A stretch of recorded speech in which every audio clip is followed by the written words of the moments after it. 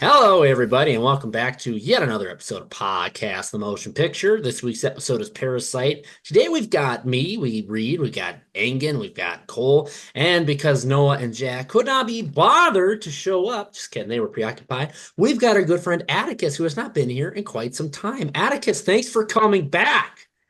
Now, Yeah. I'd like to ask you a question point blank, Atticus. Why do you think you're the right guy to speak on behalf of the South Korean people?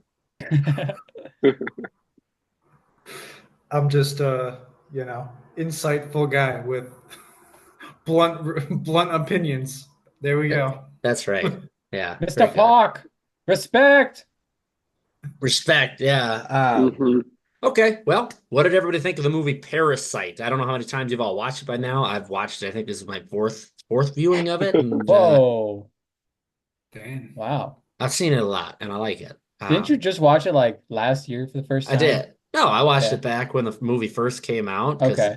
like, I think that like 2 hours before the Oscars came out, Noah was like, come on, we gotta watch this." So I went over to Noah's house, and me and him and maybe Cole, was it you that we watched it with, or was it might have been I Ben don't Allman? remember.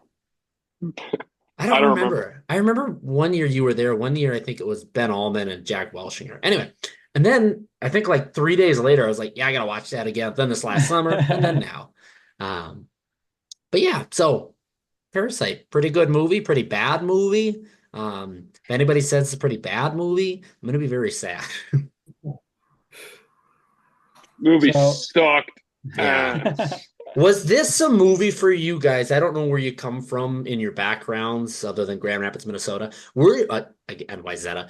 What about you're messing my flow up, Atticus? What was this your guys' introduction to like foreign films, live action? I'm not going to include the Spirited Away because I know that was an awakening for two of or three of us here.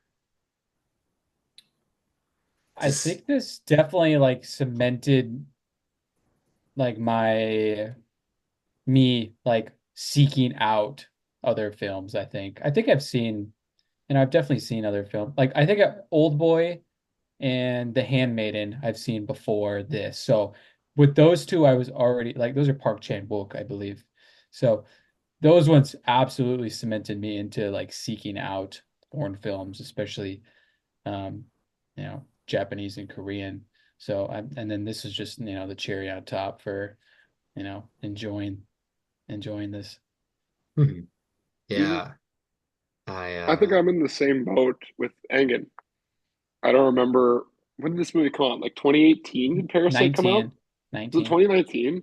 Yeah. Yeah, like it's got to be the first. It would have been my first ever international film I think I would have actively seen in theaters. So prior to that, yeah, like I mean, didn't really register for me. It's awesome that you saw it in theater because I definitely watched it on Hulu like shortly after its theatrical release. Yeah, I was gonna say, Cole, I think we might have seen it. Was it in the cinema in Duluth? Dude, that's the Yeah. movie. I thought we went and saw The Lighthouse together, Yeah. but we went and Yeah, saw no. Parasite. Yeah. And I That's remember sick. very distinctly watching it in theaters. And I think I'm in the same boat as y'all of just, I mean, I think I'd probably seen like some like old Italian films, like maybe like Bicycle Thieves or like something along those lines. But in terms of like foreign films being mainstream in like American theaters and like inside my psyche, in terms of films actively coming out, this was definitely probably the first one that like kind of broke that glass ceiling in my brain, I guess. So Mhm. Yeah, this 100%. movie definitely makes me go to, the Oscar nominated international films list and like Yeah. look those up in hmm depthly and, want to seek those out. This is also the first international film to win Best Picture as well, Yeah. Yeah. which I is crazy to think about. out of all the yeah, the Atticus, you did a good job. Listen, what Bicycle Thieves is one I think everybody kind of gets shown going up in film stuff and whatnot, and Spirited Away was another one. Metropolis was another one. Oh, that's a little too old for anybody to care about, I suppose, these days, maybe. But anyway, no, I'm kidding. I know there's plenty of people that care about it. This is definitely, yeah, the movie that, for me anyway, I had like an awakening, as you guys are saying as well. I had an awakening to the thought of like stories told from other places are vastly different, or at the very least can be vastly different. And it kind of got me down this huge, building of a long spider web of people from all over the place tell stories their own way, to just trying to keep an eye on this vision of who's telling stories in what way, not just from South Korea to, America to Bollywood telling stories, but to like individuals in basic storytelling, the way that you guys each talk about this, like, what language, what vernacular you use as you go about explaining away this movie. Like it like opened my heart in a way to trying to understand other people's experiences and understand their storytelling. And yeah. And I Yeah, think that's even true for like you know, American consumerism almost. Like it kind of just like blew up you know, at least in the minds of people like us that actively follow films, of like recognizing once and for all, like almost like cemented in at least my brain, that these things are worthy of recognition and these are things I should be consuming outside of the atypical Oscar nominated film. So yeah. Yeah, it definitely shattered the glass of that like movies have to come from Hollywood to be like good and proper for me. Um, like I'm not trying to say like before that I was like big Hollywood and like was running around with big like Weinstein sweatshirt etched in. Like no, I was well aware that things are not always great for Hollywood. But I will say I definitely thought like, yeah, if you're gonna make an Oscar movie, it's gonna come from the loins of Hollywood. But no, this one broke the mold, and I'm glad Well, we and have it. he also tried to make a Hollywood movie with Snowpiercer Hmm. that everybody thought was gonna, do it, do what Parasite did in 2019. But that was, I don't know the whole backstory, but I know that there's a lot of controversy with how Weinstein handled the release of it and marketing it. And it's kind of cool that no, it wasn't his English language Hollywood film that did that. It was his South Korean film, entirely Korean. Maybe not entirely, who knows, but largely Korean cast and crew that created it. And I think, I mean, what did he win? 3, 4 Oscars? Four So, Oscars that night. yeah. Yeah. Heck, between the four of us, we don't even have one. So, Yeah. but maybe next year, boys. and Um, this was distributed by Neon too, so the same people who distributed Enora. So that's, wow, yep, two best pictures in the past 6 years. dude, hell of research on you, man. That's fantastic that you pull that. That is that 2 nights is with 4 Oscars in one night. yeah, that's a machine that works. Yeah, they're doing a good job. They are. Okay, let's get into the nitty-gritty of Parasite here, and let's talk for real, for real. I don't know if you guys want to get into all the like behind the scenes, but I suppose let's get into the more upfront aspects that the viewers may, I don't know, find accessible to just hop in and see. So I want to ask the question or pose the question. In this movie, who is the parasite? Who is it? Who could it be, to you all? I'm going to keep filling space here, so don't be afraid to hop in. Just jump in with an answer. Who's the parasite? Right now, Well, I I think, feel. Oh, thank you, Atticus. I was going to call you all a parasite. Okay, go on, Atticus. well, I was just going to say, it's one of those cool things of a title that, almost speaks another layer to the film itself. Because, to me, uh, I've seen it twice, and it seems pretty upfront that the story is saying the parasite is the family, like weaseling themselves into the rich family in order to be able to make their own money from this uber rich family, and they're like at the whims of them. Um, and then it's revealed with that they're not the only ones trying to feed off of their wealth for their own survival, essentially. But then you know, the at least the patriarch of the family, I think, is the one who's most affected by the idea that, man, I'm not the frickin' parasite here. I'm not the one that's leeching off of The some patriarch of which family? The Mr. of Kim, the the driver? yeah, the driver, the main family that The Kims are the main family, I do believe. yeah, the Kims. Um, yeah, he almost becomes disillusioned by that idea and starts to perceive the wealthy family they work for as the parasites. But I think that's a really interesting question that the film wants you to explore personally and maybe doesn't answer themselves, or that Bong Joon-ho doesn't answer himself. But Hmm. yeah, Yeah, as time's gone on, my views changed a little bit, and I think at some point here we're gonna end up talking about the ending of this movie, which I'll be excited to because my view all four times I've watched it has just dropped. Not at how I like it, but just of what my thoughts are. Anyway, I really got the feeling this time after so many times having seen it, and I feel like it's finally cemented for me. I think every one of the main cast between the Parks, the Kims, and I don't know what the name of the housekeeper and the man who lives in the downstairs is. I don't remember their names, but all three of those families, every one of them, including the children, they are all parasites. There is not one person in this society of the main cast that has a beneficial role that exists outside of their own selfish needs.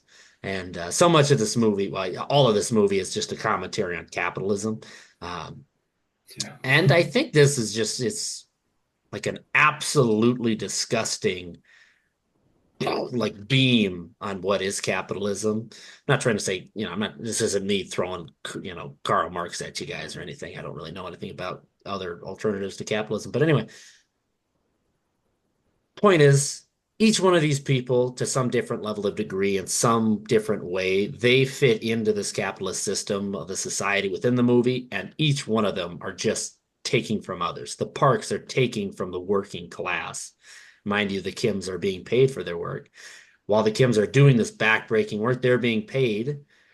And all the same, if they're doing all the backbreaking work for another family, why aren't the Kims living a better life than the Parks? Because they're doing all that backbreaking work, but all the same. So it's just this constant parasitic relationship of the wealthy, the poor feeding off one another. And essentially, you even get this farther step down as we come way down here to the man living in the basement, who something that I really, I think that cemented for me there's no good people in this movie and that everyone's a parasite is when the mom of the Kims goes down there and is telling them off and is like, nah, I'm not going to help you too. Screw you both. It's like, no, no, no. You know better than that. Like, come on. But she did open the door for her to let her in, which See, was I, surprising, I think. I was trying to also wrap my head around that. I think in that moment, it's a little bit different because it's such a like a nothing task. It's such a like pity. what's the handout? You get one thing, like simple, like hey, I Hmm. forgot something or whatever. I gotta go get it.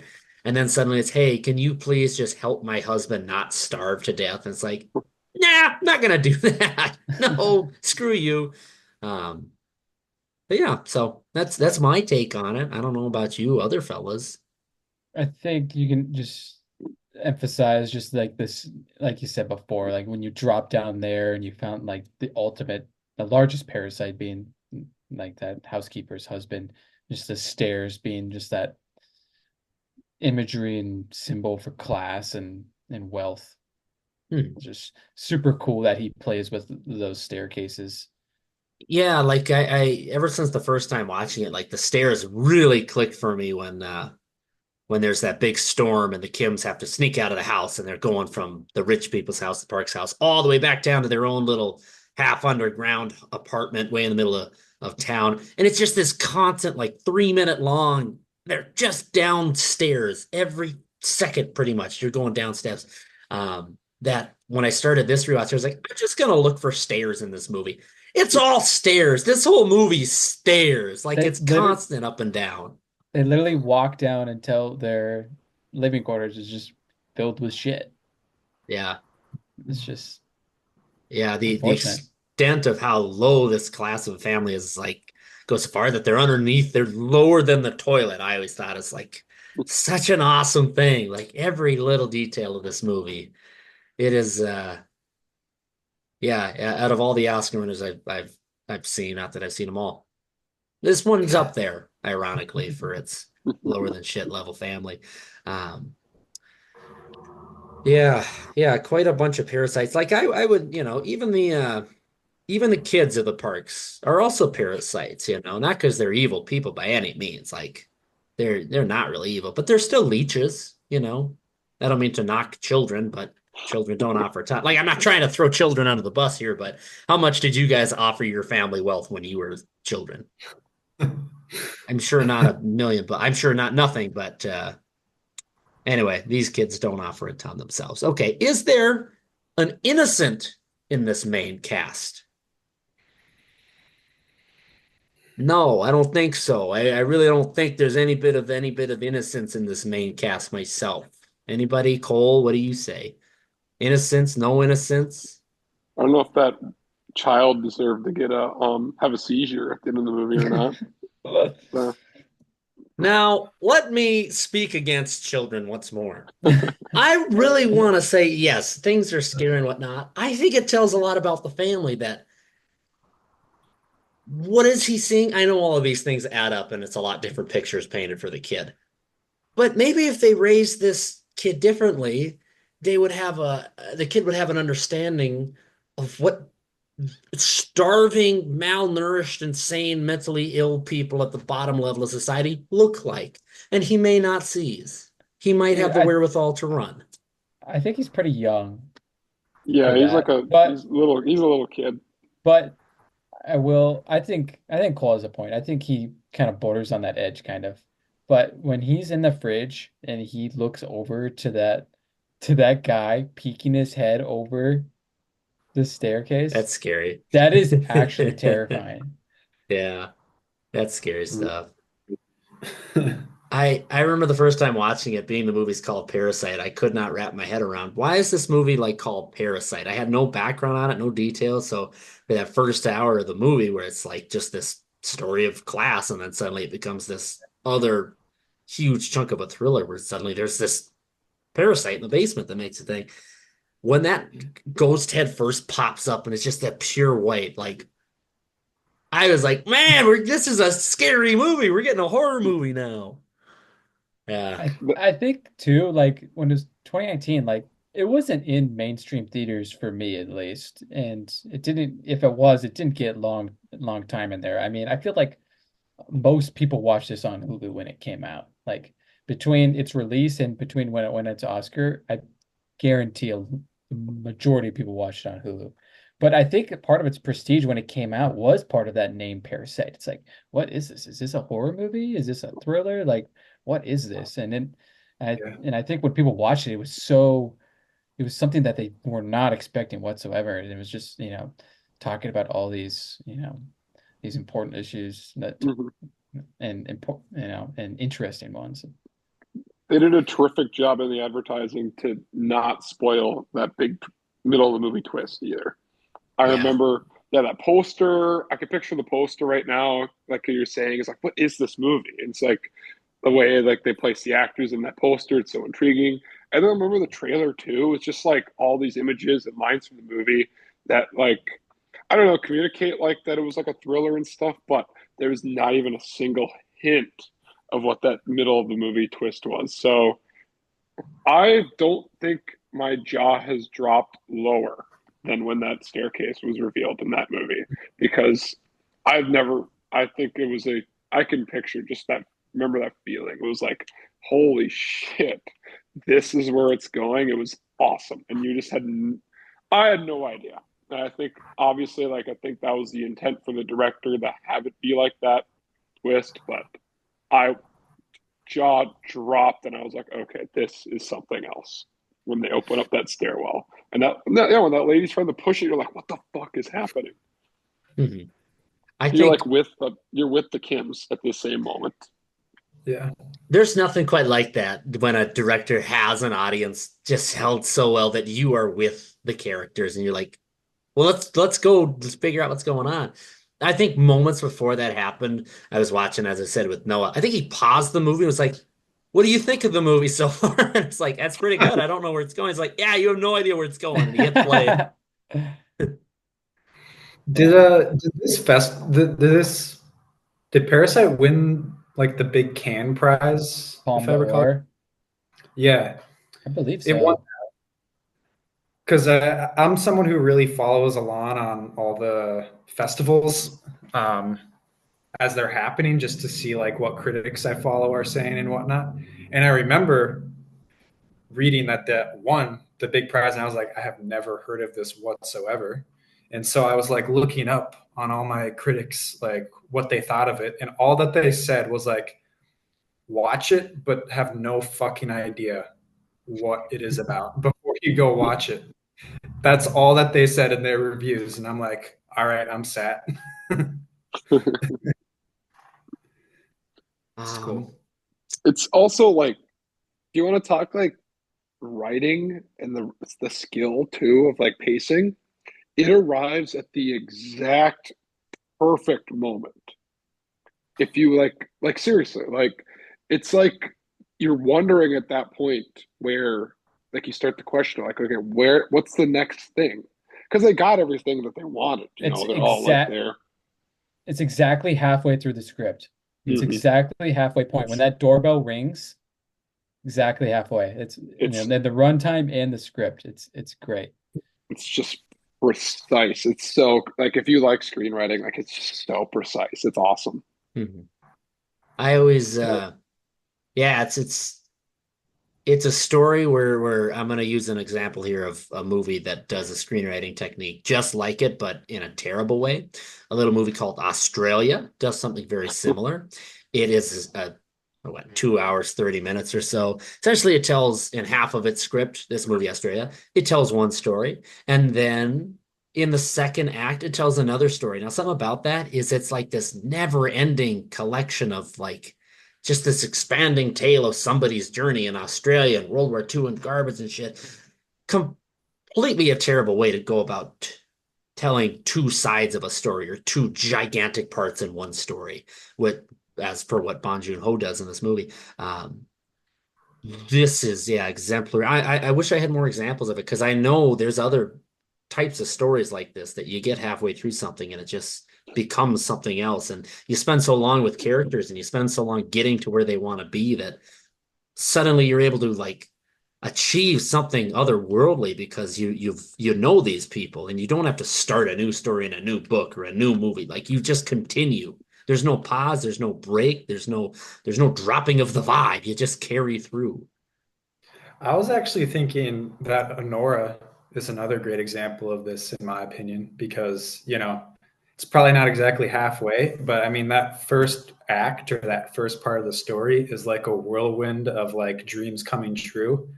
And then it like immediately, the editing shifts in it, the lighting shifts in it, the acting shifts in it immediately once we get to the perspective of like that Russian like priest or whatever, or the like Yeah. immediately.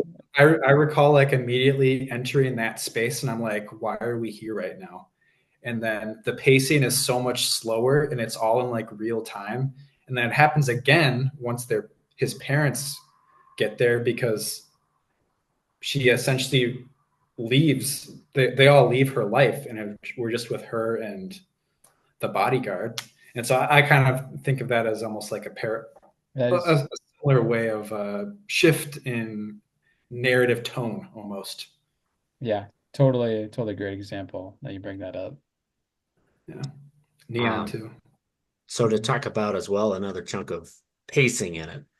Pacing that comes not just in the writing, mind you. I'm sure the story that they wrote out for this little chunk I'm about to talk about was perfect writing, and I'm sure the script is perfect writing. But even as far as the editing and the sound and the way the actors go about their portrayal, but very big scene. I think one of the best moments in all of filmmaking is there's a plot to get rid of there's four members from the start of the crew for this family, the Parks and the Mhm. Kims want to join this family, and you become the tutor, they become the art teacher, they become the driver, and suddenly they think, what if we get Mrs. Kim in here as the nanny or the butler or whatever the heck the housekeeper lady does. Um, so they're gonna fake that she has tuberculosis and poison her with little bits of peach, little bits of skinned of peach. Dust floated on her. Guys, I don't know what you think about it. It's every spot on it is it's like the Grand Canyon of the world of movie making. Just whoa, speechless. I could gaze into it for hours. What do you think? Yeah. There's actually can I plug another YouTube channel Yeah, still? Is that plug away, man. there's You'll have to plug us, of course. there's a well, there's a channel called Nerd Writer, Oh yeah. and I remember very explicitly watching his video on that montage, and he calls it the perfect montage in Parasite or something like that. Um, and it's like it's over a ballet like song. It's like very orchestral and classical, and yet the editing. I think he said there's 60 shots in the span of 5 minutes, and yet it's so sublime, and you know exactly what's happening the entire time, and it's almost like a mini story in itself. So yeah, I 100% agree that that whole montage is so somehow chaotic but so focused, and like almost a poetry within a novel, Hmm. um, Yeah. No, it definitely is its own little part of the movie, I think. I've never used the word montage to describe it. Montage is exactly what it is. And yeah. yeah, it is the gold medalist of all montages ever created. Silver place, of course, is Rocky. Um, but anyway, yeah, I had another little bit of all the different movie making. Do you guys have like an aspect of the movie other than I think we'd all would probably come to the same agreement of just the general screenwriting of this movie? Is there like something in it that just also stands out to you that you don't feel gets talked about enough between acting? Aang's nodding his head. I won't list all the I things. think it's like the set and production design. I mean, how cool the house looks. I mean, it's such a, beautiful, modernly designed house with some, obviously Korean and Asian accents in it. And I mean, Mhm. it's just so symmetrical. So, and like all his wide angle shots, long shots inside the house just include so much. And it's unfortunate because I'm busy like reading the subtitles where I feel like I'm just not getting all the visuals and all the imagery and everything that he has. So I think that is just something that I totally haven't explored yet, especially through only two viewings. Now I'm really wishing that Noah were here. He explained to me at one point about the house itself and that it's built for the movie as sets are built for movies, but this one in particular, like all of those little details were just strenuously sought over and looked over and just thought, what can we do? How does this come together? What do we need? And it's like it's just that even in the set design, not just that like it looks right, like I don't know if this would come across right. Like it is right. Every detail about the set of this movie is right. There's nothing that's not what is envisioned in this movie, it seems, and so forth from what I've heard about it. But yeah, got a little question about the characters of the people in the basement, if I may. Um, those that we don't know their names of. The man in the basement is subservient to Mr. Park. He believes that to be grateful and thankful will offer some sort of reward. And we see as the movie goes on that it does not offer anything whatsoever. But do you think there's any value in that poor parasitic man to be virtuous towards Mr. Park? Mr. Park, respect. Yeah. I mean, Angan said it. No, do you guys think there's like value in it? Should that character, you know, would you recommend that to Should parasitic he people? like are you asking like do you think he should be worshiping him and Yeah. like What do you think he should be?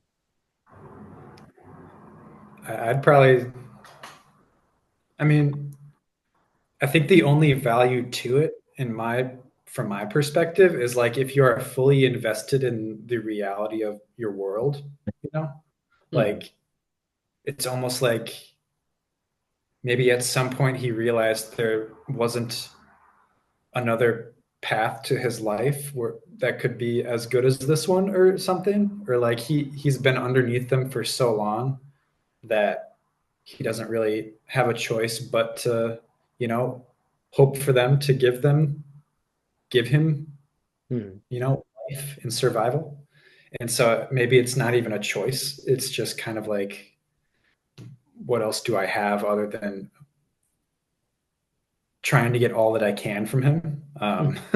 So I guess I wouldn't recommend it because, you know, I think there's better ways to go about life, but, you know, Well, I guess if you're really resigned to your reality or what you think your reality is, then maybe that's the only choice you have. I don't know. Hmm. do you think it's funny that, he is almost kind of like Mr. Park's child? Like he supports him. Yeah. Well, it's not the best place to live, but he gives him shelter, he gives him food. I mean, he's not knowing that, but he is, worshiping and respecting him, kind of. But Almost like children are parasites. it's kind of similar. Yeah. But he's I mean, actually thankful for him, which the kids, I mean, kind of mhm. not the most. Yeah. I'm sure in their own way. I'm sure they just don't, they're too young. They are too young. I don't think they fully appreciate how good they do have it. But I think as part of that, they're becoming their own little parasitic people that they don't really understand what they've got. And I think if I might answer my own question along with you fellas, uh, I do think he's wrong to virtue signal to Mr. Park and say thank you in such a way because I think Mr. Park is just the same part of that whole system that's screwed over this man in the basement. But anyway, I do think out of all the characters in this movie, I do think he's actually like the least evil out of any one of them. In the end, yeah, he's bad, but for what he's, doing down there, like he failed capitalism, he lost, loan sharks are after him, he's hiding in a basement, he's taking just enough to get by, he's incredibly thankful every day. He does what he can to like try to liven up the day of the Mr. Park, the father of all this. And well, I don't agree with the most bottom ring of capitalists trying to look up to the very top and like being thankful for them just existing and giving that trickle down. Um, I don't know. I think it's kind of sweet, you know. I think it's nice of him out of all these people. Um, Well, I mean, if you don't mind me jumping in, I I think there's also a lot said there of capitalism, and you know, in order to, I mean, all of these characters who are parasites, they're essentially trying to game the system to get higher up on the scale of, or higher up on the totem pole of capitalism almost. hmm, And you know, the only way you can do that is by being a parasite, and that is in itself immoral. The actions that you'll have to do in order to get higher up. hmm, And so, yeah, I guess I would definitely agree in a way that like he's not trying to game the system, and he's not really trying to harm anybody else.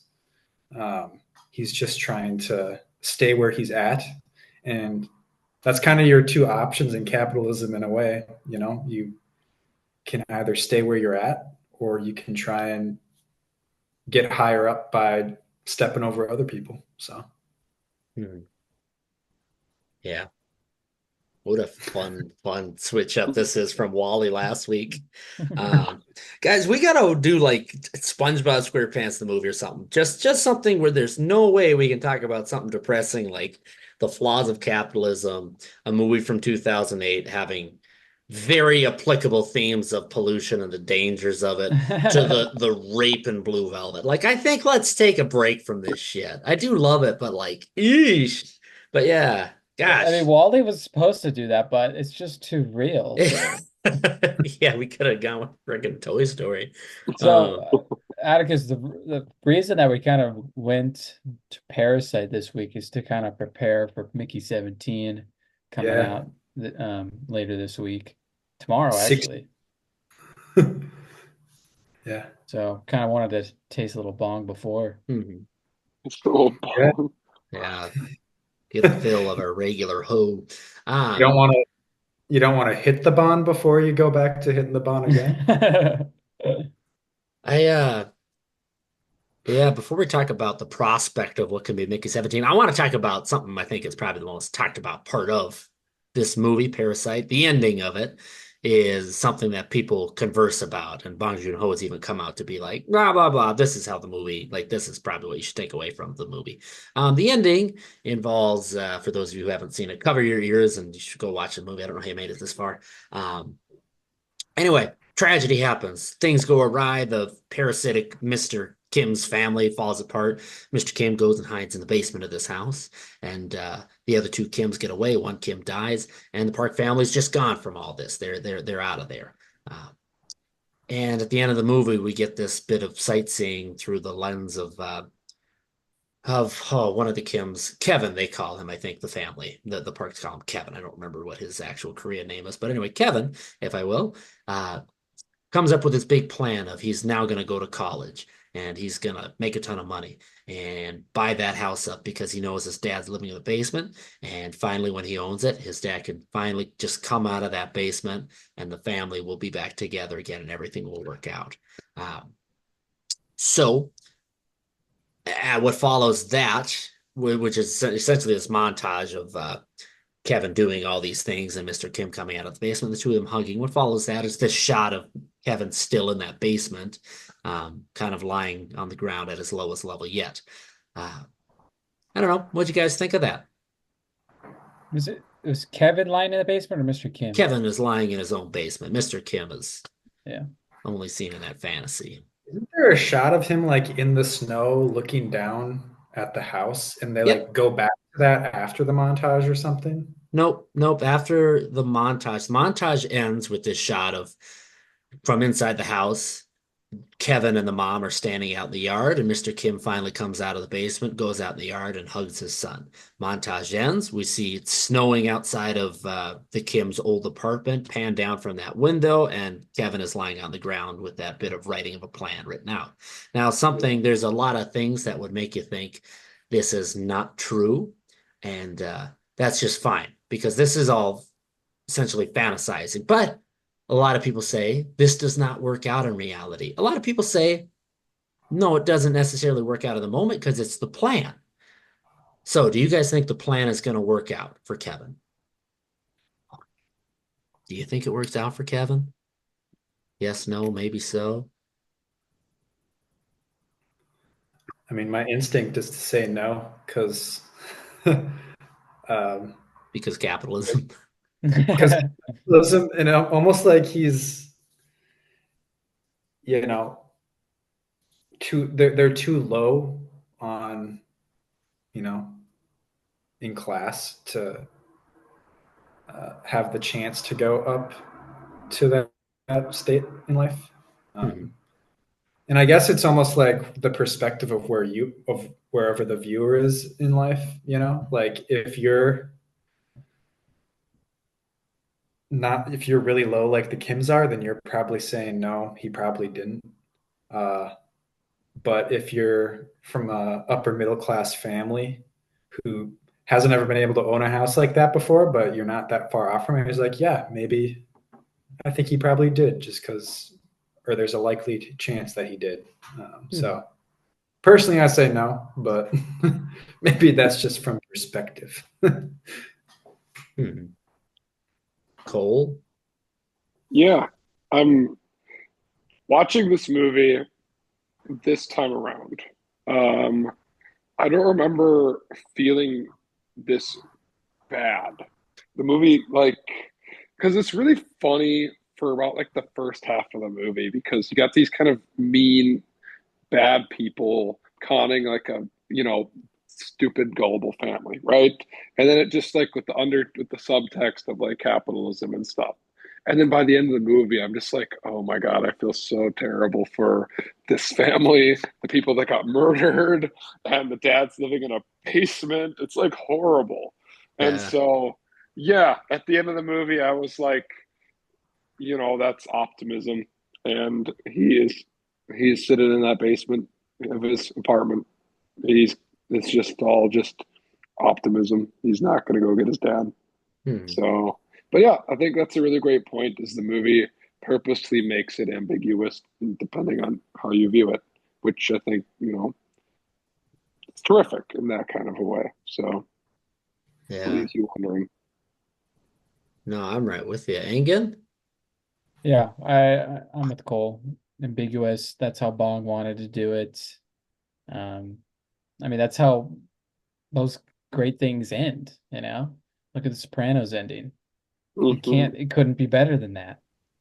So it's up to the viewer to decide, and everyone Hmm. experiences their own perspective during each viewing. I mean, every time you watch it, you're at a different perspective level. So it's it's like I said in my letterbox review, it's like I turned it off there, it ended, and I immediately wanted to restart it to Hmm. gather more information about it.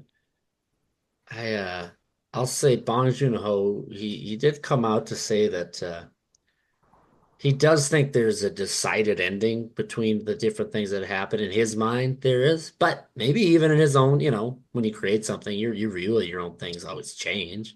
I mean, yeah. Anyway, but he phrases it as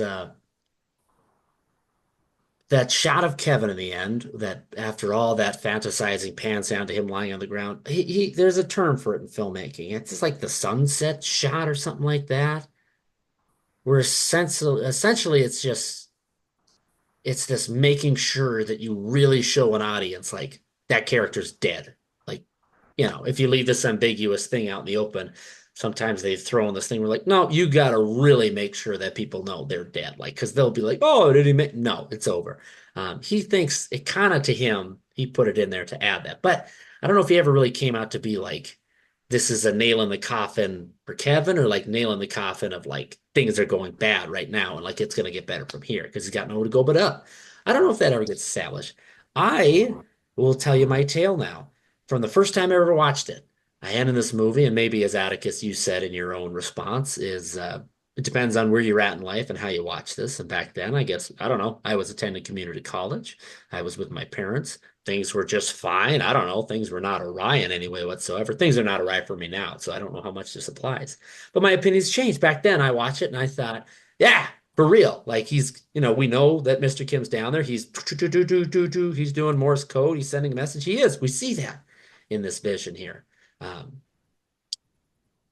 and as time goes on, I guess something we don't really get to know is the Morse code in Kevin's head or not. I think it's for real. Because I don't know, why would you fantasize that your dad's down? I don't know. Anyway, maybe he is, maybe he's not. But all these years later, all these rewatches later, I'm watching it this time, and I've slowly lost hope that things work out for Kevin.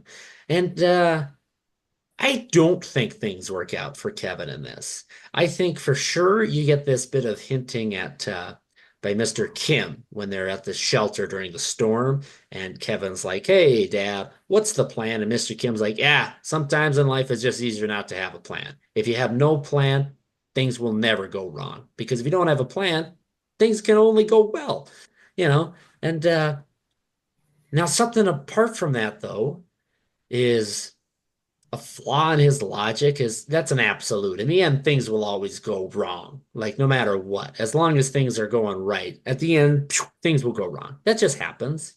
We had the Big Bang. Things have been working out wonderful. Essentially, we'll all get sucked right back up due to gravity. Anyway, for Kevin, though, we have this character who is determined. He's hardworking. And when they're down on their luck, Kevin gets them a job. Kevin gets all of them a job at this place. He has this wonderful plan that just works out where everybody's employed. I think Kevin's the antithesis to Mr. Kim's nothing will work out, you know? So I do think we have these two things throughout the whole of the story of yes, no.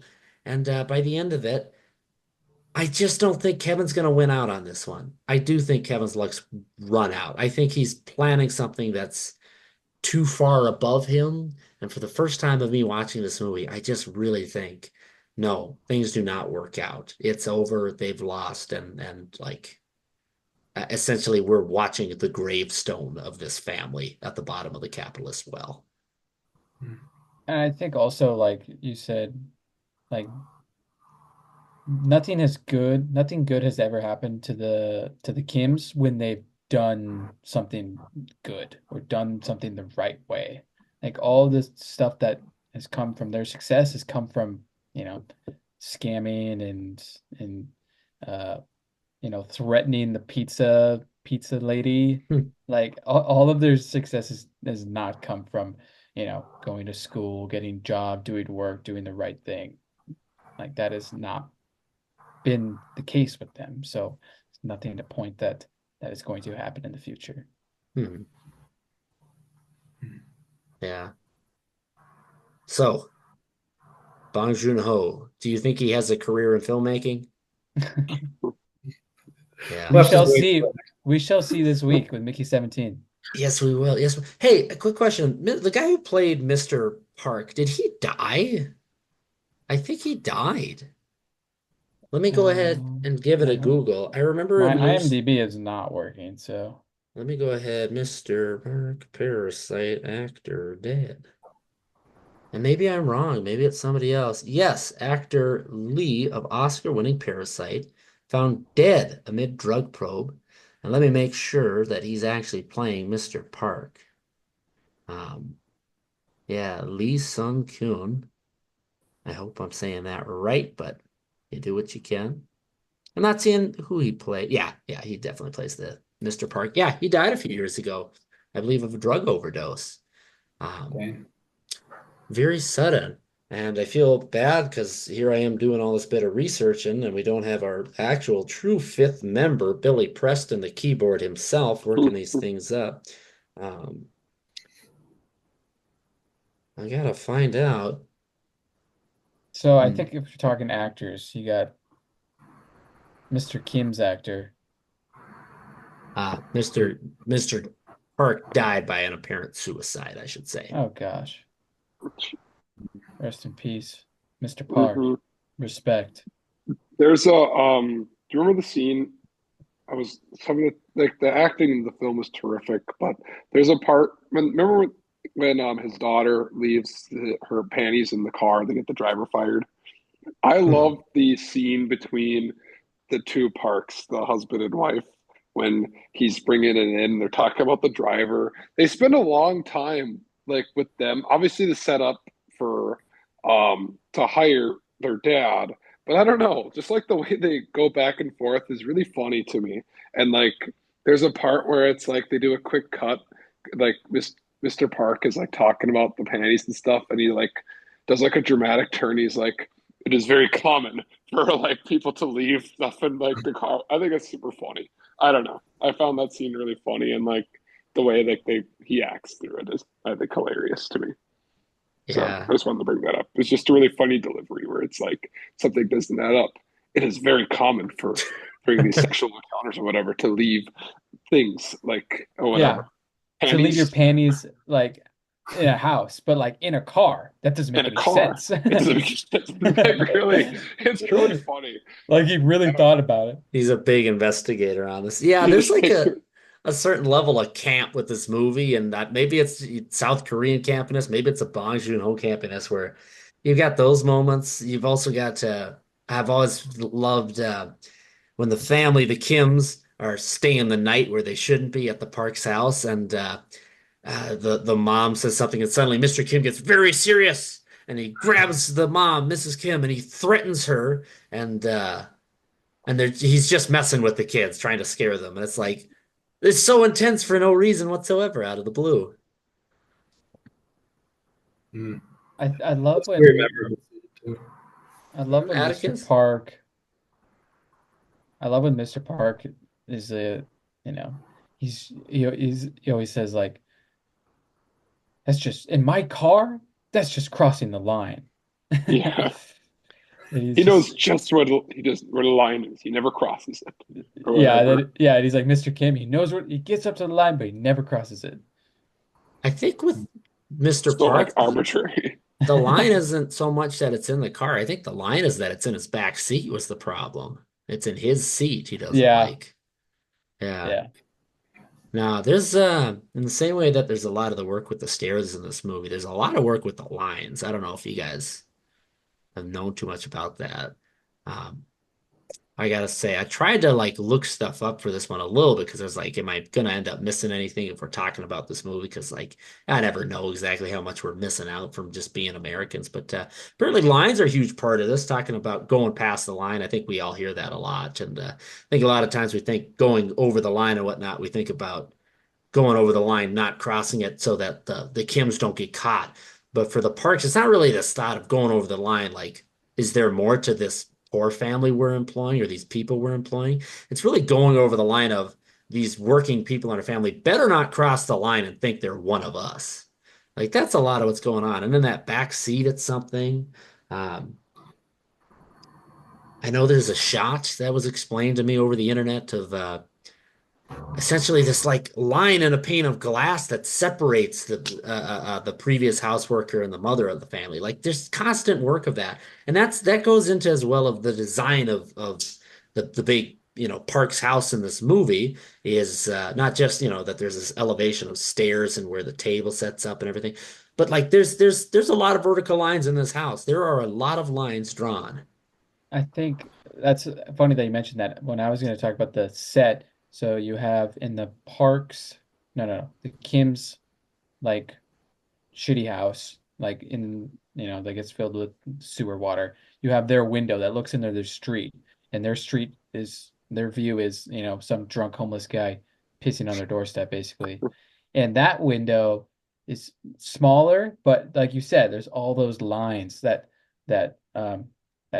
go in between the window panes. So, smaller window panes, obviously cheaper glass to make, and you have all those lines that separate those, all the lines that they have to cross to get into, the nice big house of the Parks, who have the nice huge window into the front lawn that's totally, you know, pristine, just beautiful manicured yard and grass. And there's, it's all like three panes, no lines there whatsoever. And they're Hmm. just sitting there after they've, succeeded all being involved there before the doorbell rings. And they're just admiring their view and what they've done. Yeah, and if you don't mind, one more point on the lines is uh, another super cool element that someone argued in a YouTube video I watched once, and I've really latched onto, is that the daughter of the Kims is always referenced as someone who almost like flirts with that line more than the rest of the family, because like her brother mentions like when she's making that fake document or whatever, he's like, how can you not get into college with these skills? And she's like, shut up. And then I think it's also mentioned at one point that she like gets to wear some of the clothes of somebody maybe or something like that.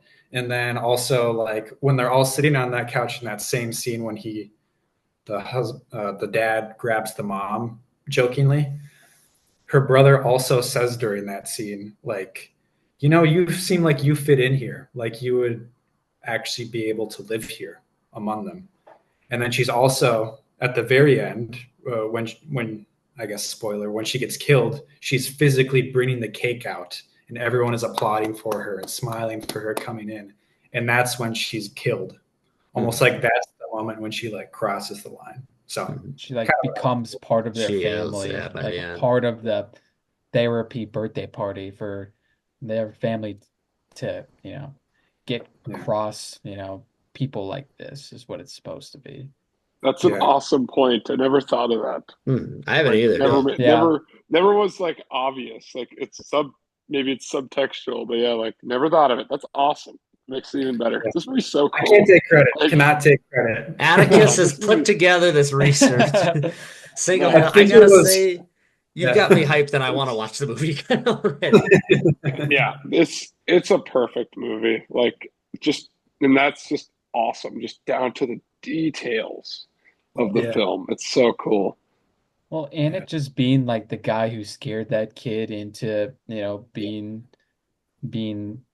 like that, and his mom thinking he needs therapy to get past that. It's just that guy again to just, ruin that party and get the cake literally smashed in his face. It's just Yeah. that is such a beautiful scene, and just the how they build it up with, just spontaneously putting it together and building the party out just in their yard, and just showing how easy it is for them to do something like this. Um, I Fuck wanted to yeah. say there's a particular I don't know if there's a word for it. I certainly never heard it. There's probably not a word for it. When a character, an example, the guy in the basement comes up, it's a very serious moment. He's covered in blood. He's covered in cake, like he's a mess, like he looks terrible. Like it's such a disarming look where like your villain of the moment just is like, that's not a threatening person. Like he's covered in cake. He looks ridiculous. Um, I just had another example loaded up, but uh,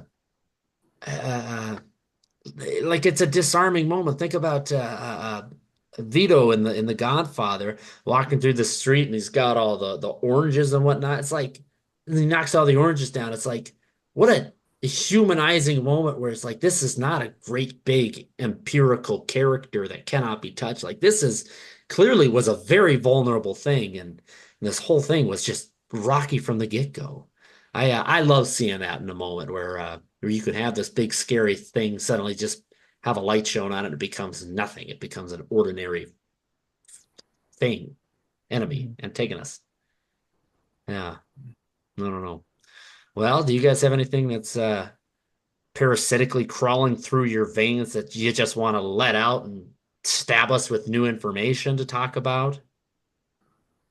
No, not yet. All right. Well, Mickey 17, do you guys have any? I suppose Atticus, you probably won't be hopping on, but next week's Mickey 17. I don't know. Do you guys have any thoughts on that? Goals for Bong Joon-ho? Something you really want to see out of old Robert Pattinson? It's gonna be interesting. It's definitely gonna be different than anything he's ever made before. And yeah, I hope I enjoy it. Looks entertaining at the very least. I don't think I'll be let down. You got Robert P on screen. It's gonna be entertaining. He's doing a funny voice. It's gonna be great. Do you guys think there's a chance we get a parasitic level change up like in Parasite where suddenly halfway through the script something different happens? I He's think done it it's before. I think no. No, I I don't guess think I'm not so. going to be on the podcast, but I don't know. It seems like I feel like a bad thing I do is watch trailers a lot. I feel like there's a lot of footage from all of the acts in the film, which makes me think that no, it seems like it's going to be pretty straightforward, but maybe Hmm. that's just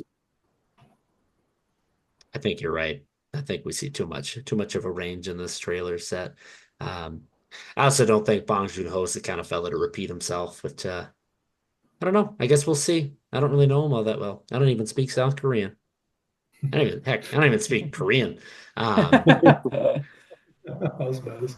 for that matter. All right. Well, I guess we can call it a wrap and wrap it up. So, yeah, thanks everybody for listening. If you got suggestions, drop some comments. Well, I've loved it. We've been getting them. I've been responding nonstop. Can't stand it. I love hearing from people. If you got criticisms, let us have it, but be very polite because we're just men of very fragile egos here. But yeah, give them a peek, talk about it with other people, and yeah, just happy having you around. Thanks for listening, and we will see you next time for Mickey 17.